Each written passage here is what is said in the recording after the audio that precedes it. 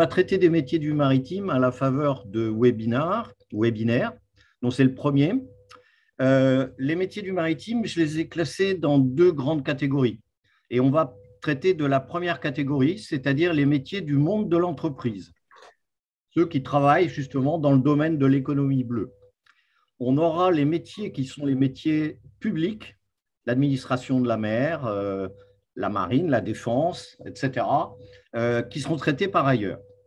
Et on a identifié 15 métiers du monde économique dans l'ordre suivant, c'est-à-dire dans l'ordre historique de leur apparition sur la Terre, on va dire ça comme ça.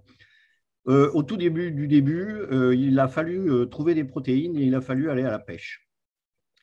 Donc, la pêche, c'est vieux comme le monde et c'est un métier et c'est une activité qui se distingue entre le besoin de protéines, la pêche hauturière, le besoin de protéines, la pêche côtière. Ce sont deux techniques différentes qu'on traitera un peu plus tard. Ensuite, il a fallu migrer, transporter des hommes, des marchandises. Donc, on a eu besoin de bateaux, on a dû construire des bateaux et on a eu besoin de ports. Donc, port et transport maritime, c'est un domaine propre, avec derrière l'ingénierie et l'expertise maritime relative en particulier à la construction des navires. Plus tard, c'est comme le néolithique, on est passé de la cueillette, c'est-à-dire de la pêche, à l'élevage, donc l'aquaculture. L'aquaculture, c'est beaucoup plus récent. Par exemple, en Calédonie, ça a débuté dans les années 70. Et puis, il y a quelque chose d'autre qui est apparu, c'est la civilisation des loisirs, c'est-à-dire que l'homme a arrêté de travailler d'une certaine manière pour profiter. Et donc, se sont développés les numéros 6, 7, 8, 9, le tourisme côtier, le nautisme, la plaisance et le commerce et les services qui y sont associés, la croisière, les sports nautiques. Ensuite, la prise de conscience de la valeur de l'environnement est apparue. Et donc, les métiers de l'environnement et de l'ingénierie environnementale sont nés. Et ça, c'est relativement récent. Ici, en Calédonie, les études d'impact liées au nickel, je l'ai mis en vert puisque ça va être traité par Bastien qui va prendre la parole après moi. Les environnements qui vont être traités. On a les travaux sous-marins. Vous savez que, par exemple, il a fallu créer un émissaire pour l'usine du Sud et donc il y a des métiers nouveaux qui sont apparus. La communication avec les câbles sous-marins, le numérique qui va être traité tout à l'heure, la cartographie et la surveillance maritime. Maintenant, il va falloir passer la main à Bastien Preuss, qui est parmi nous et qui va traiter des métiers de l'environnement pendant 15 minutes. Donc déjà, je vais me présenter rapidement. Donc, je m'appelle Bastien Preuss. Aujourd'hui, je suis biologiste marin et puis gérant de la société Squal Odyssée. Donc, j'ai prévu une petite présentation PowerPoint. Je vais partager mon écran avec vous. Alors, hop. Normalement, ça devrait s'afficher. Est-ce que c'est bon de votre côté? Oui. Oui, c'est bon. OK. Donc, j'ai intitulé cette présentation « La mer, un océan de possibilités » parce que je trouvais que ça correspondait bien au sujet que l'on aborde aujourd'hui. Donc, d'abord, je vais parler de mon parcours. J'ai fait un bac scientifique donc en 2001 et j'ai poursuivi après mes études avec une licence de biologie. Donc là, entre Paris et Montréal, je crois qu'aujourd'hui encore, les échanges avec le Québec sont possibles et il existe des échanges avec un cadre. Donc, j'avais bénéficié de ces échanges à l'époque, très intéressant. Ensuite, j'ai voulu un petit peu aller voir ce qui se faisait ailleurs. Je suis parti en Nouvelle-Zélande faire des stages dans des organismes de recherche. J'ai poursuivi ensuite mes études en faisant un master d'écologie, en retournant à Paris, à l'université Paris 6. J'ai fait aussi un passage à l'école normale pour avoir un magistère en complément. Et puis j'ai fait une thèse de doctorat en écologie marine à l'Université de la Nouvelle-Calédonie en partenariat avec l'IFREMER et l'IRD. Donc à cette époque-là, on avait eu l'occasion de se connaître avec Lionel qui vient de parler avant moi. Suite à ça, j'ai aussi pu travailler à l'Agence des aires marines protégées. Donc c'était en même temps un petit peu que ma thèse en tant que chargé de mission. Donc là, c'est des métiers qui sont plus liés à la gestion des espaces marins. Et puis, suite à tout ça, j'ai décidé d'être auto-entrepreneur. Donc, tout d'abord comme consultant en écologie marine. Donc, j'ai travaillé aussi bien avec des organismes de recherche comme l'IRD, l'IFREMER, et aussi pour d'autres entreprises qui avaient besoin d'expertise dans ce domaine-là. L'activité a évolué et puis j'ai donc créé une entreprise, un bureau d'études qui s'appelle Squal en 2014. Et en 2017, j'ai créé aussi également un club de plongée suite à différentes demandes dans ce domaine-là. Donc là, on voit bien que par rapport à ce qu'a présenté Lionel, on voit qu'on a des demandes qui évoluent et que le tourisme fait partie du milieu maritime qui se sont développés. Donc pourquoi est-ce que j'ai eu ce parcours? Quelles étaient mes motivations? Avant tout, c'était une passion pour le milieu marin depuis tout petit. Et donc, j'ai fait le choix de poursuivre des études qui me permettent d'aboutir à un métier passion. Donc, ça a vraiment été ça ma démarche personnelle. D'où m'est venue cette passion du milieu marin? C'est d'abord une expérience personnelle avec une expérience de la vie en bord de mer quand j'étais petit. Et puis aussi beaucoup de rêves d'enfant. On connaît beaucoup le commandant Cousteau et ça fait partie de mes rêves d'enfant. J'ai grandi avec des documentaires du commandant Cousteau ou d'autres. Donc ça, c'était vraiment important pour moi, ce que j'ai pu découvrir à travers aussi la télé, les magazines à l'époque. Mon métier aujourd'hui, en quoi il consiste? Je l'ai découpé en 3 parties. D'abord, une première partie qui consiste à observer le milieu marin. Une deuxième partie qui est comprendre le milieu marin. Là, comprendre, c'est-à-dire l'étudier, aller analyser les données qu'on a pu observer sur le terrain. Et aussi, c'est transmettre. Aujourd'hui, moi, je travaille énormément avec le public, avec les enfants aussi, avec les scolaires, pour transmettre les connaissances qu'on a pu obtenir sur le milieu marin. Donc, mon activité aujourd'hui, c'est une passion, mais c'est un métier qui est multiple. C'est des métiers que j'ai déclinés. Déjà, il y a le métier de gérant de société. Aujourd'hui, j'ai créé mes sociétés et j'en suis le gestionnaire. Donc, c'est vraiment un travail là de gérant, d'administration. Mon travail de plongeur biologiste marin, donc c'est aller sous l'eau, faire des relevés, faire des observations sur les récifs coralliens, principalement en Nouvelle-Calédonie. C'est aussi un travail de statisticien pour analyser les données que je récolte sur le terrain. Donc là, on voit que les mathématiques qu'on peut apprendre quand on est plus jeune deviennent très utiles.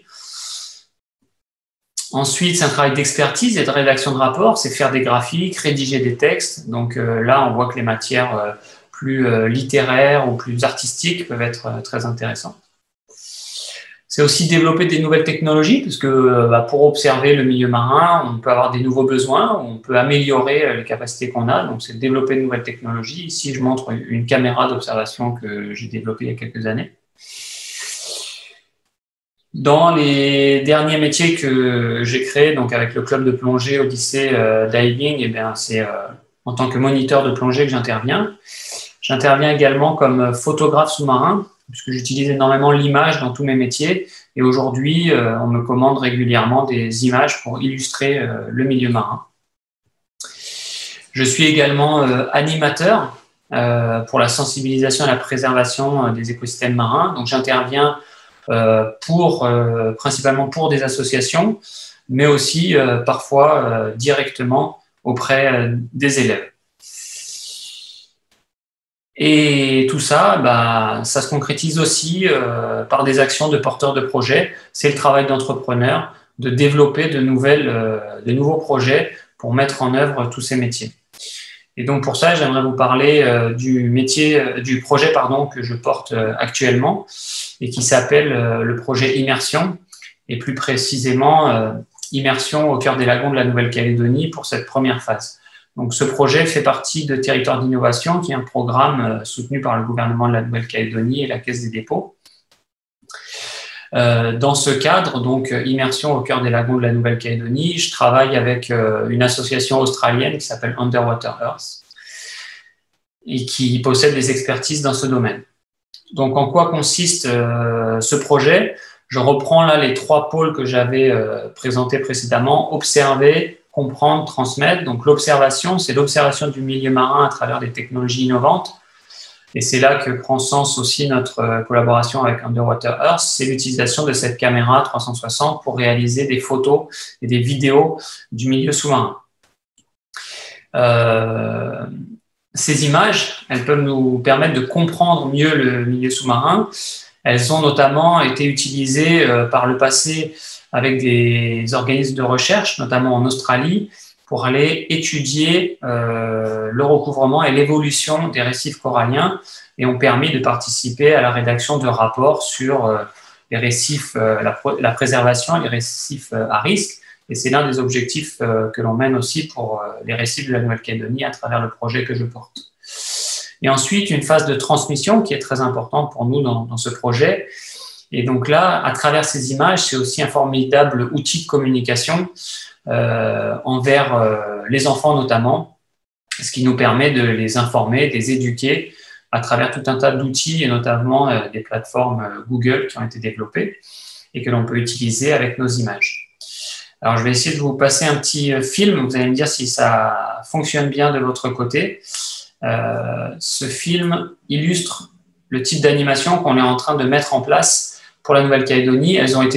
Le film a été tourné aux États-Unis par mon collaborateur, mais on cherche à mettre en place le même type d'outils pour la Nouvelle-Calédonie. Donc, je lance la vidéo.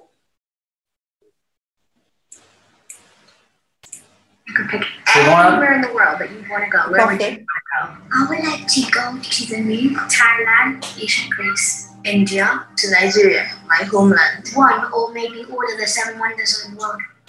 When you explore different places, you have the chance to actually learn something new. You want to be able to show the kids that there's something outside of your community that you can go to and learn from, and that there's other places you can visit. All right, so let's do our objective and we'll talk about the lesson for today. We're going to take a field trip to Verona, Italy, to see the place where Romeo and Juliet lived. I'm going to take you on this field trip under the water. Okay, you guys ready? Pick up your devices And look in your cardboard. What is that? I see a shark. Whoa! It would allow us to go somewhere you wouldn't normally be able to go. Are we in China? This is the Great Wall of China. We got to see the place itself so we could actually understand what she was talking about. How long would it take to walk the length of the Great Wall of China? How much more enriching than just showing them a picture or just having them read about it. This device can actually make us go to places that we've never been before. It brings the lesson to you. You have to see it for yourself to believe it. There's so much other places to see, so you know that it's never going to end.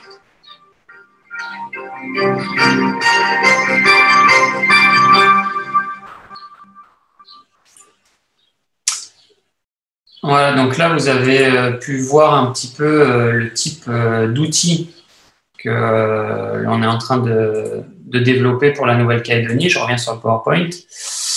Donc, l'objectif, là, c'est de permettre aux enfants de découvrir vraiment en immersion le milieu marin et le milieu sous-marin en particulier, pour leur faire prendre conscience de ce qui s'y trouve, de la biodiversité qui s'y trouve, mais aussi des dangers qui peuvent menacer ces récifs. Et ça nous permet vraiment de transporter les enfants de manière ponctuelle dans des récifs très préservés, mais aussi dans des récifs dégradés, pour qu'ils prennent conscience de la réalité, des impacts qu'il peut y avoir, notamment de certaines activités humaines, pour les sensibiliser à la préservation de ces récifs. Cette transmission, elle se fait aussi sur un public plus large, au grand public, à travers des expositions, par exemple. Ici, donc on prend l'exemple d'une exposition qui a été faite à Paris. Donc l'objectif de notre projet, c'est de réaliser ce type d'exposition à Nouméa, mais aussi à l'international pour faire découvrir la Nouvelle-Calédonie. Donc voilà, j'ai terminé ma présentation. J'espère que c'était clair pour vous et que ça vous a montré la variété des métiers qui sont possibles, en tout cas en ce qui me concerne, autour de la mer et de l'océan, et de montrer que dans une profession, il peut y avoir plein de métiers, et après, on peut aussi se spécialiser dans l'une de ces nombreuses disciplines que j'ai pu montrer et illustrer. Donc voilà, je ne sais pas si vous avez des questions, n'hésitez pas. On passe la parole à Sébastien Lagarde. À toi. bonjour à tous. Merci de me donner un petit peu de temps pour exposer mon parcours de formation professionnelle. Moi, je vais vous présenter une spécialité là, du domaine maritime qui est un peu générique dans la mesure où les compétences qu'elle met en œuvre s'appliquent à beaucoup d'autres choses. Mais aujourd'hui, on va faire un focus spécifique sur le domaine maritime. Je vais commencer par récapituler un petit peu ma trajectoire de formation et professionnelle, vous expliquer un petit peu le cas particulier de mon arrivée en Calédonie. Et après, je développerai quelques exemples en fait, d'applications beaucoup plus concrètes de ce que je peux faire. Et ensuite, des perspectives que ça peut amener en Calédonie en termes d'emploi et de formation. Donc, pour revenir un petit peu sur ma formation et mon parcours professionnel. Alors moi, je suis né parisien, d'une famille pas du tout portée sur le maritime. Et pourtant, j'ai fini, toute ma carrière a été orientée là-dessus. Donc, je vous épargnerai tous les détails sur l'errance à la faculté avant de trouver ma voie, mais ça me permet d'amener une première remarque sur les formations du domaine maritime et que moi, j'ai pu observer en métropole, c'est la disponibilité des informations. Ça m'a pris presque 3 ans pour trouver la formation qui a fait ma carrière, en fait. J'ai été pris dans une école qui s'appelle Intecmer, qui fait des formations courtes et qui est très intéressante dans le domaine du maritime, surtout en Calédonie. Pourquoi ? Parce que cette école, elle forme des techniciens en aquaculture, en aquariophilie, en environnement, dans beaucoup de domaines qui trouvent des débouchés en Calédonie. Alors, pour bien connaître le réseau de cette école-là, par exemple, il y a plusieurs dizaines d'élèves de cette école qui sont implantés en Nouvelle-Calédonie et qui ont des emplois. Et moi, de mémoire, par exemple, je ne me souviens pas avoir jamais rencontré de Calédoniens d'origine dans cette école-là. Donc, ça me ramène à cette remarque sur la disponibilité de l'information et la diffusion de l'information des formations disponibles. Donc, moi, j'ai fait des études dans une filière un petit peu particulière qui était en gros de l'océanographie physique, en fait, là, qui s'appelle prospection du domaine marin, et qui vise à former des techniciens de la mer, en fait, qui vont déployer des instruments en mer. Donc, j'ai commencé ma carrière sur des navires. Donc, j'ai navigué pendant à peu près une dizaine d'années à la sortie de mes études sur des bateaux qui faisaient de la prospection pétrolière ou voire même de la recherche d'épaves. Donc, des métiers très spécifiques, mais oui, qui m'ont permis d'aborder vraiment le milieu maritime in situ, quoi. Donc, à bord des navires et qui sont, soit dit en passant, une très bonne école de la vie. Travailler sur un navire, c'est vraiment très intéressant au point de vue développement personnel. Donc, j'ai arrêté d'embarquer après une petite dizaine d'années. Et là, je vais vous parler de mon atterrage calédonien qui est un petit peu particulier parce que le territoire calédonien, il est vraiment particulier. Quand moi je suis arrivé, j'avais une expérience de 10 années de navigation en tant que navigateur, donc gestion des systèmes électroniques embarqués, cartographie, plein de choses. Et en fait, il a fallu que je me reconvertisse. Et s'il y a bien une chose que m'a permis le territoire, c'est de me reconvertir à l'origine, à mon arrivée, dans un domaine qui n'était pas véritablement le mien à l'origine, qui était l'informatique. Même si dans le domaine maritime, quand on travaille à bord des navires, on est amené à toucher un petit peu à tout, notamment à l'informatique.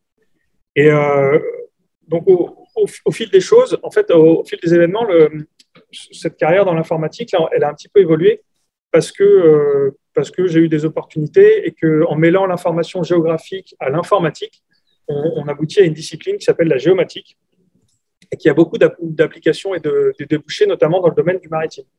Donc, d'informaticien, je suis passé à géomaticien et de surcroît, géomaticien spécialisé dans le domaine maritime, en fait. Donc, j'ai développé une spécialisation thématique dans le maritime, mais avec des outils qui sont génériques, qui s'appliquent à beaucoup de domaines. Je vais vous donner un petit peu des exemples d'applications de ce que je fais moi au quotidien dans ce qu'on appelle le géospatial. Alors, je suis géomaticien, j'ai une spécificité en plus qui fait qu'on traite majoritairement de l'imagerie spatiale. des données qui sont issues du spatial. Donc, on combine ces données issues du spatial avec des données terrain et ça nous donne des informations, ça nous apporte de la connaissance sur le milieu maritime.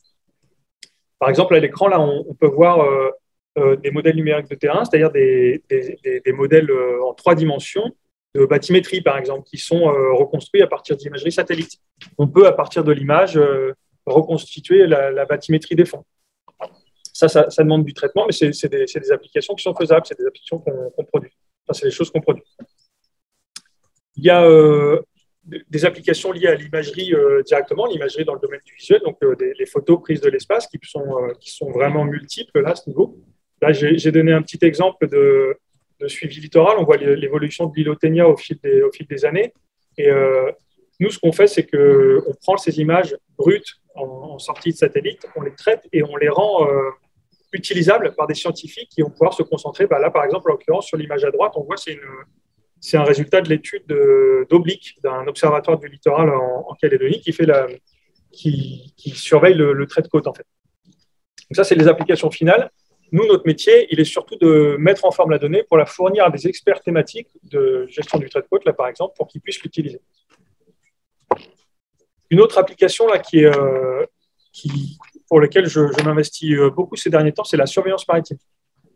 On connaît tous le parc naturel de mer de Corail, la mise en place du parc et des règles de gestion.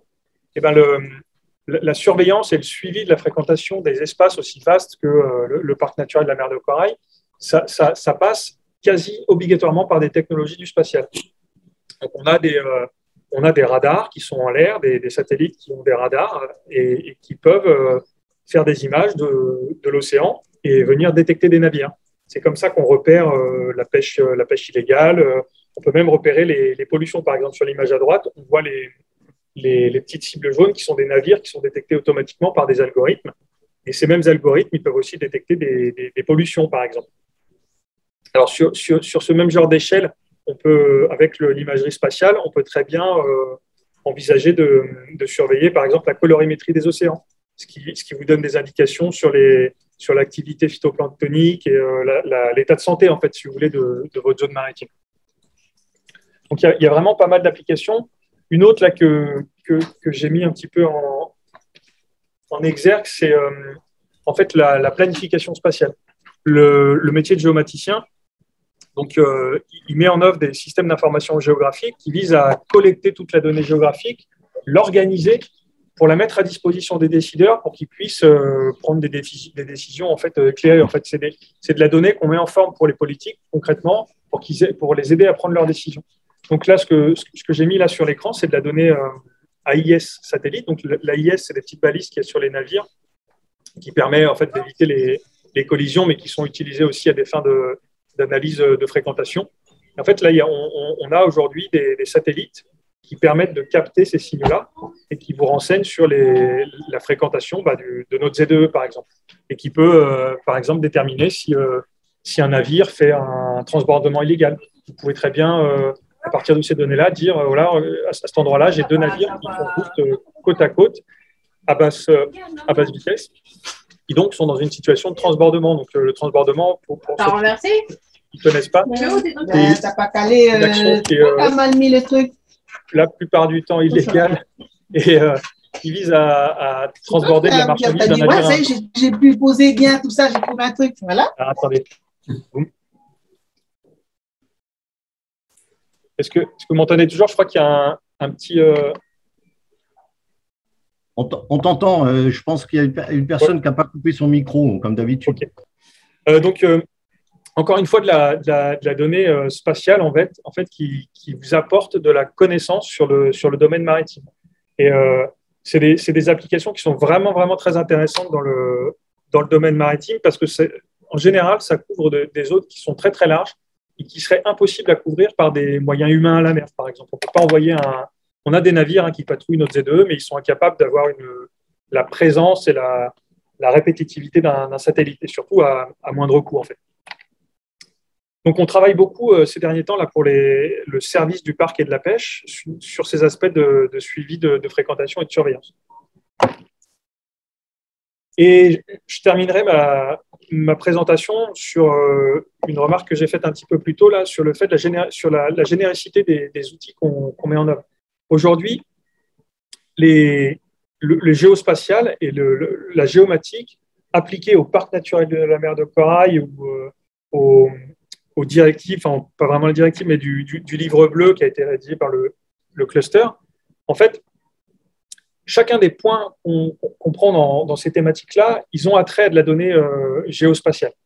Donc, le métier de géomaticien et de géomaticien spécialisé dans le domaine du maritime, il est vraiment, vraiment important. Il est transverse dans la mesure où il va toucher beaucoup, beaucoup de thématiques différentes, d'environnement, de suivi, de gestion, de beaucoup de choses.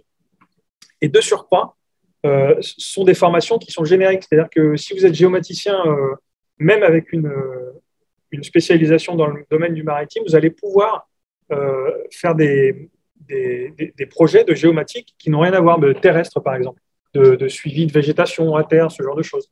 Donc, c'est des outils qui sont très génériques et de plus en plus utilisés. Et vraiment, vraiment intéressants en termes de connaissances et de collecte de connaissances. Voilà, j'ai probablement été un petit peu rapide, mais ce n'est pas grave. Si vous avez des questions, je suis à vous. Merci beaucoup, Sébastien. Alors, nous sommes deux à aborder cette question. C'est Michael Field qui va commencer. Je vais donc lui passer la parole. Brièvement, il pourra décrire son petit parcours professionnel. Et puis ensuite, je prendrai la parole et on va alterner. Merci Lionel et bonjour à tous. Et merci pour cette opportunité de présenter notre travail. Je peux oublier. Je vais juste chercher All Windows. Un peu sur moi pour commencer. Voilà. Donc moi, à la base, je suis ingénieur en système électronique ou électrique et de logiciels, un peu de tout. Après, j'ai travaillé pour une boîte de conseil ingénierie très industrielle pour le projet des mines et les projets terrestres. Et puis, un peu comme Sébastien, je viens aussi d'une famille pas du tout liée à la mer. Je suis australien, par contre. Mais j'ai toujours eu un amour pour la mer. Donc, j'ai cherché, après 4 ans dans cette boîte d'ingénierie, d'appliquer mes compétences vers la mer. Donc, j'ai trouvé quelques postes différents et variés dans la recherche, mais dans la recherche marin et sous-marin. J'ai passé 2 ans dans ce domaine en Australie et en France aussi. Et maintenant, en Calédonie, j'ai vu qu'il y a beaucoup de... C'est un grand parti, ça fait une grande partie du pays ici. Il y a beaucoup de choses qu'on pourrait faire. J'ai donc lancé la société Island Robotics pour emmener ces technologies et ces compétences ici.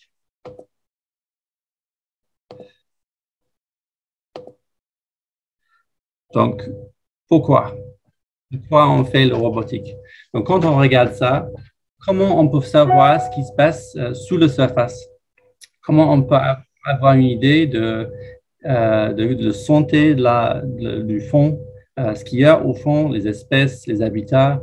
On peut faire de la plongée, on peut faire des mesures par un bateau, mais comment gérer cet espace qui est très, très important et vaste?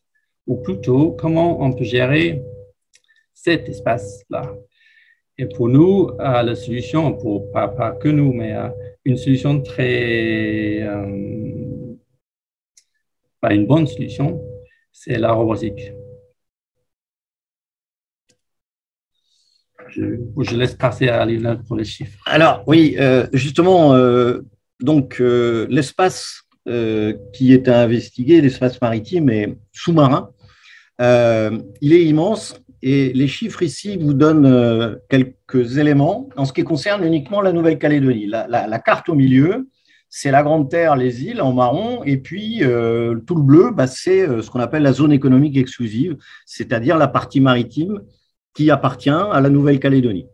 quand la Terre fait 18 000 km², la mer fait 1 422 000 km². C'est-à-dire qu'en fait, c'est énorme. Et quand on regarde les surfaces, la Terre représente 1,3% du pays. Donc, la mer représente 98,7%. Et quand on prend les tranches d'eau, eh bien, par exemple, entre 2000 et 4000 mètres en Nouvelle-Calédonie, il y a 54% du pays qui se trouve à ces profondeurs-là.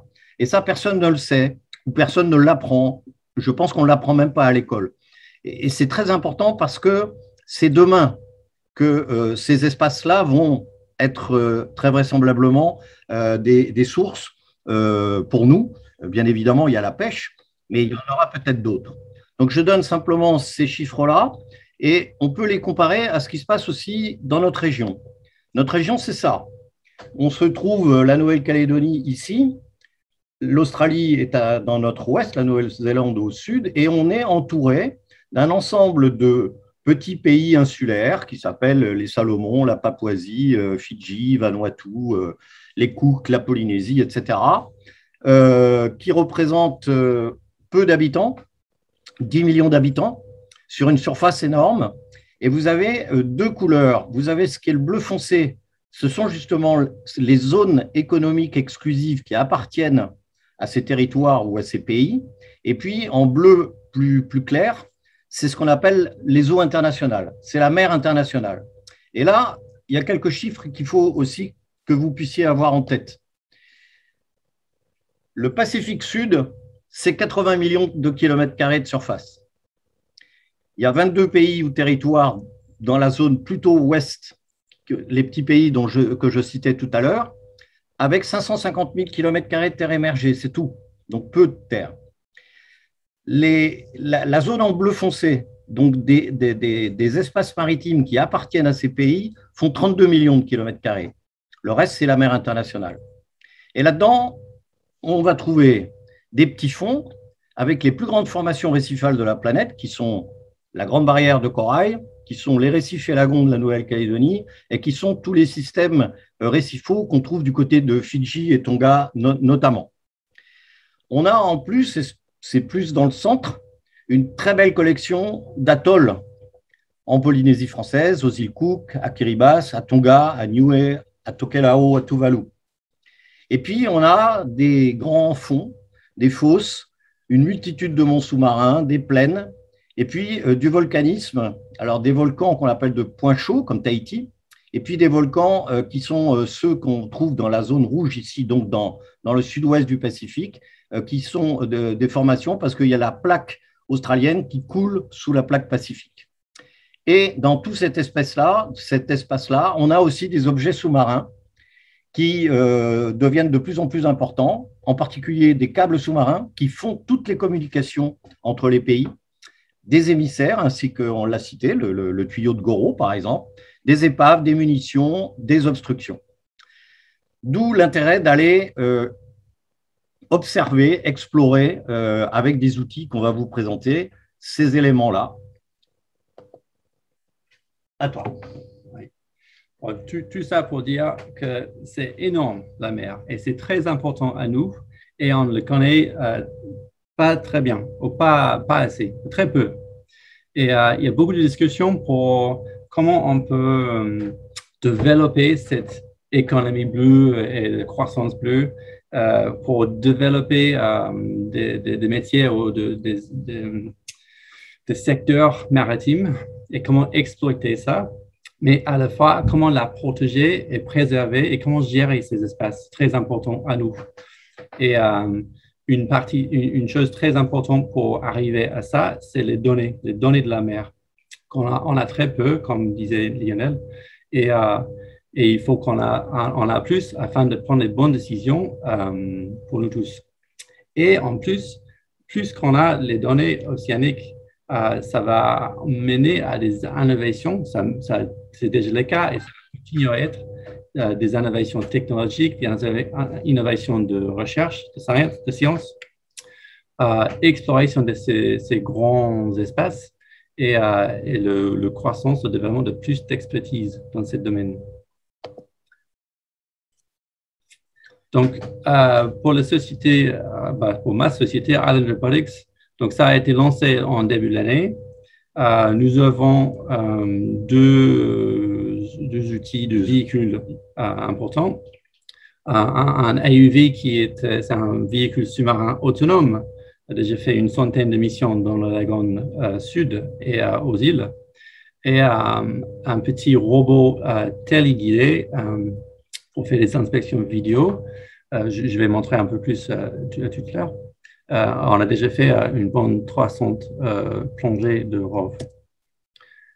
C'est ces deux véhicules en particulier. À droite, c'est un petit sous-marin de 2 mètres de long et 15 cm de diamètre. C'est pas trop gros, qui fonctionne tout en autonome.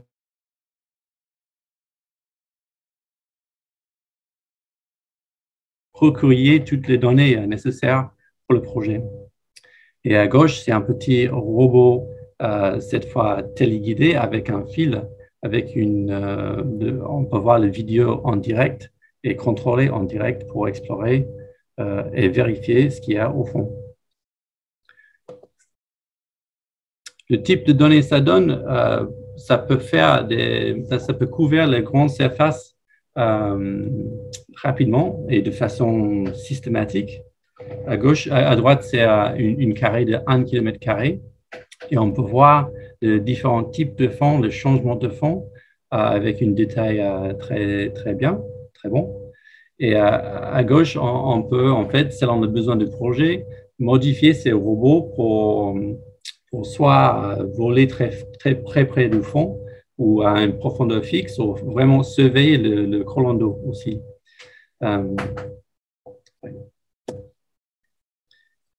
Et on peut détecter des images, détecter des objets qui se trouvent au fond, qui peuvent poser problème pour des infrastructures comme des câbles ou des tuyaux aussi, mais aussi pour savoir la santé des habitats au fond. Aussi, il y a beaucoup de choses, surtout en Calédonie, historiques de la guerre mondiale, qui résident toujours au fond de notre lagon. Et aussi des services enterrés à gauche, à droite, en bas. Ça, c'est la détection d'un câble, de notre câble fibre optique existant qui est enterré, mais on peut détecter avec un magnétomètre.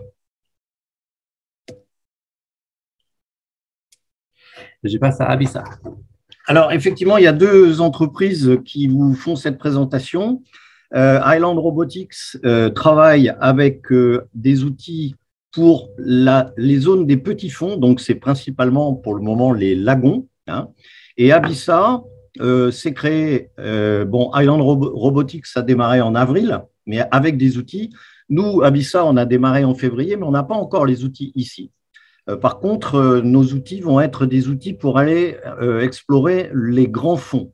Donc, avec des outils qui sont exactement de même conception que ceux qu'utilise Michael, mais qui sont un peu différents.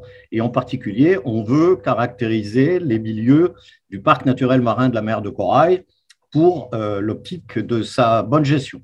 En particulier, on a des monts sous-marins et puis on a parlé de la dernière guerre mondiale. On a dans le sud de la Grande Terre, vers 1500-1800 mètres de fond, l'épave d'un énorme sous-marin japonais.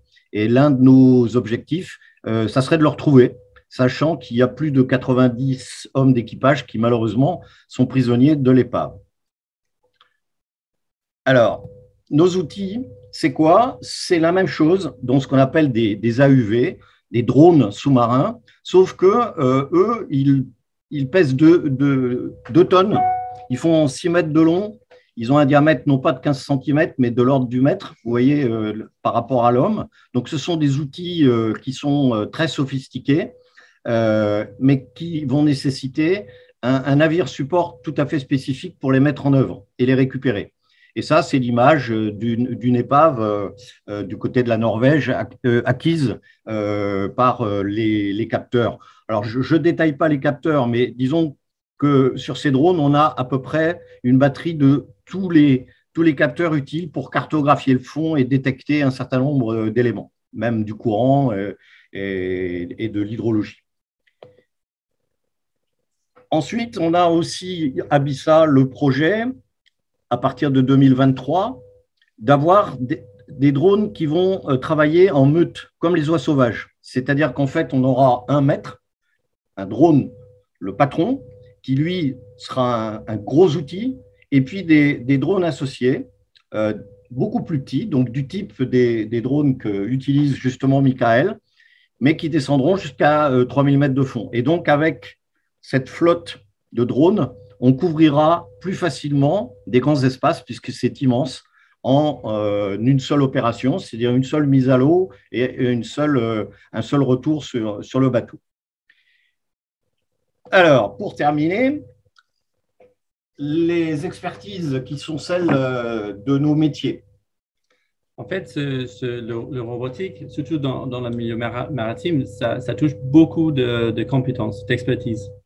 Et moi, qui est très technique, il fallait, évidemment, c'est beaucoup de choses, mais ça a commencé lentement. Ça a commencé au lycée pour moi d'apprendre l'électronique, la physique, avec un très bon prof qui m'a ouvert le monde de la technologie pour moi, après l'ingénierie. Et toutes ces briques, on apprend au fur et à mesure et, pour arriver ici. Et ça touche électronique, mécanique, hydrodynamique. Il y a beaucoup de technologies qui va dedans, évidemment. Et beaucoup aussi sur la partie logicielle, le développement de logiciels, mais aussi la gestion de projet et la mise en œuvre de cette technologie, juste pour le véhicule lui-même. Après, il y a un monde entier aussi dédié pour les capteurs qui est en pleine croissance. Les nouveaux types de capteurs, sonar, optique, acoustique et chimie aussi, et en particulier, qui peut être embarqué sur ce genre de véhicule, mais aussi sur le bruit ou même d'un bateau. Après, une fois qu'on a beaucoup plus on commence à avoir beaucoup de données, ça mène à le développement de plus d'autonomie et des intelligences artificielles aussi embarquées sur ce genre d'engin, mais aussi pour mieux interpréter et analyser les données. Donc, juste pour montrer un peu une carte de toutes les parties, grosso modo, qui va dans ce genre de travail. Et je laisse Lina finir. Oui, merci.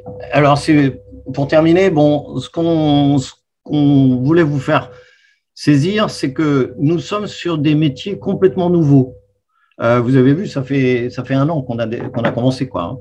Et on aborde une question qui est la connaissance du fond de la mer. Ce qui est paradoxal, c'est qu'on connaît mieux la surface de la Lune que justement le fond de la mer.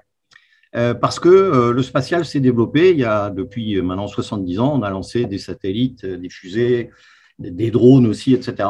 Mais pour la mer, malheureusement, on n'a fait que l'étudier que depuis la surface avec des navires, mais on n'a pas utilisé les types d'outils qu'on est en train de vous présenter et qui ouvrent vraisemblablement des possibilités pour la jeunesse calédonienne. Justement, pourquoi? Parce qu'en Calédonie, on est placé de manière plus que satisfaisante, compte tenu de l'ensemble des questions. On a un terrain d'essai entre nos lagons et nos grands fonds qui est phénoménal. Donc, on peut tester beaucoup de choses, on peut développer des méthodes, des outils, etc. On a tous les éléments pour qu'il y ait une nouvelle filière, justement, sur des nouveaux services maritimes qui puissent se créer et qui puissent attirer la jeunesse. On a bien sûr des pays voisins qui sont exactement dans les mêmes situations que nous. Ils ont des très grands espaces marins à leur disposition et ils ne les connaissent pas. Donc, on peut devenir un hub de technologie et attirer justement la jeunesse vers cette technologie sous-marine qui pourrait se développer ici pour les petits et les grands fonds.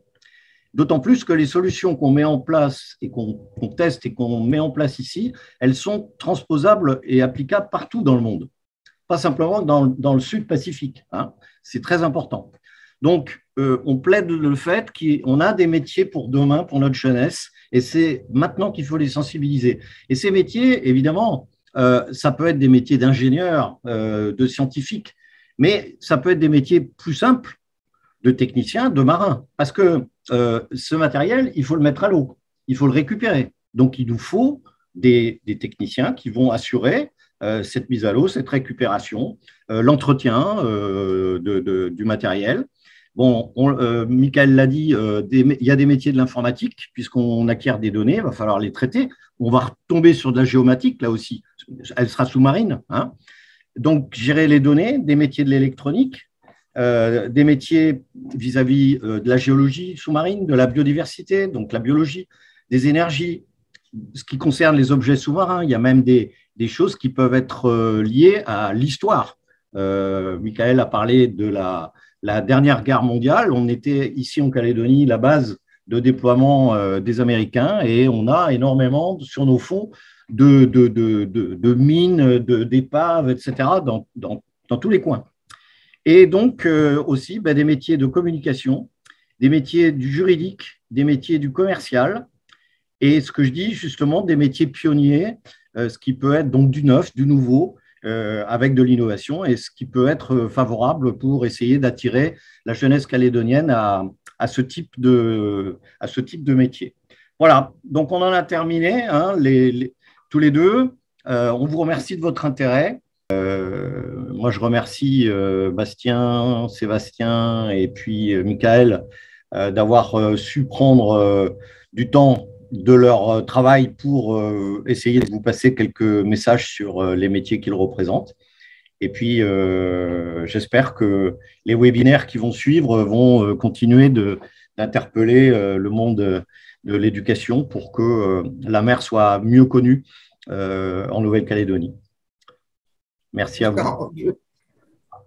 Au nom de la DAC, donc notre délégation académique à la culture scientifique et technique, hein, on vous remercie vraiment pour ce travail d'éclairage, hein, ces apports qui permettront effectivement d'alimenter la réflexion et les différents parcours d'orientation de nos élèves. Donc, l'idée, c'est bien effectivement qu'ils aient une vision suffisamment claire des métiers en construction et puis donc comment les métiers qui existent, hein, actuellement, comment ils pourraient s'y insérer et participer à leur évolution, en particulier au regard des enjeux environnementaux. Voilà.